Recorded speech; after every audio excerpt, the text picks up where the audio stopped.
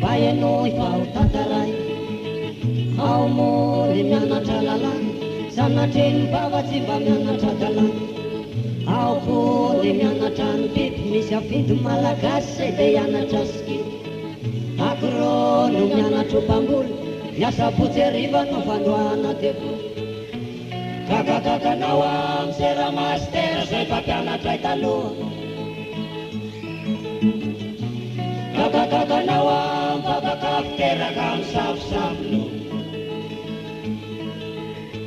politek moa dia mianatra motera ao ialany mianatra radio brocadera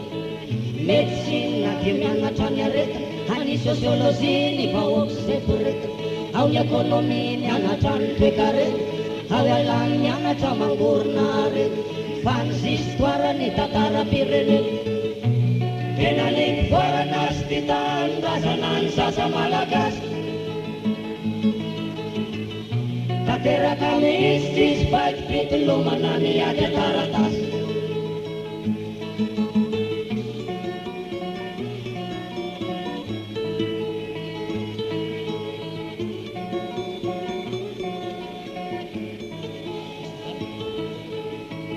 takiny narineny akazy takiny fianao mbola hoeny akazy Jacqueline tsy tamoizy ty tsy hianatra deo aizy andany labozika hianatra mbao aizy ao ny sifatsifana malaza tatoaty io fa mivelatra le fandrika araty fa rehefa tsy mataty dia makany ty lambaty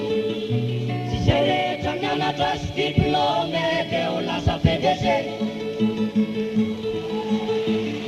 fa maromaro ihany ny voaka teny akazy no someran-dalambe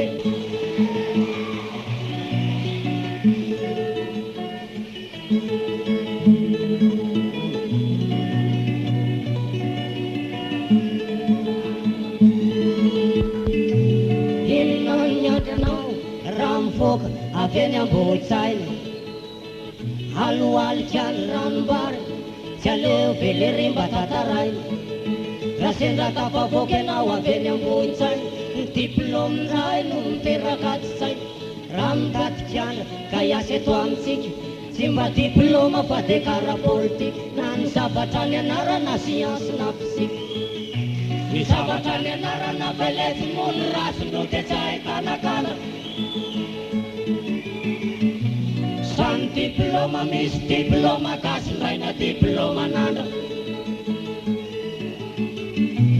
kakakakanao am sera master zay mpampianatra taloha kakakakanao am mpapakafiteraka am safosafolo ny zavatra ny anarana velety moa ny rasy no dia tsy ahitanakana sany diplôma misy diplôma gasy raina diplôma nandra